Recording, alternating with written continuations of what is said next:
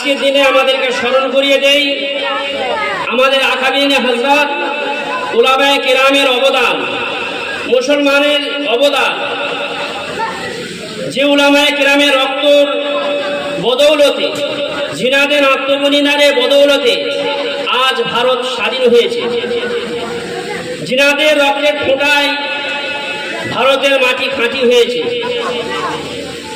এই 15ই আগস্ট তিনাদের কুরবানির কথা, তিনাদের ত্যাগ তিতিক্ষানের কথা, তিনাদের বলিদানের কথা স্মরণ করিয়ে দেয়।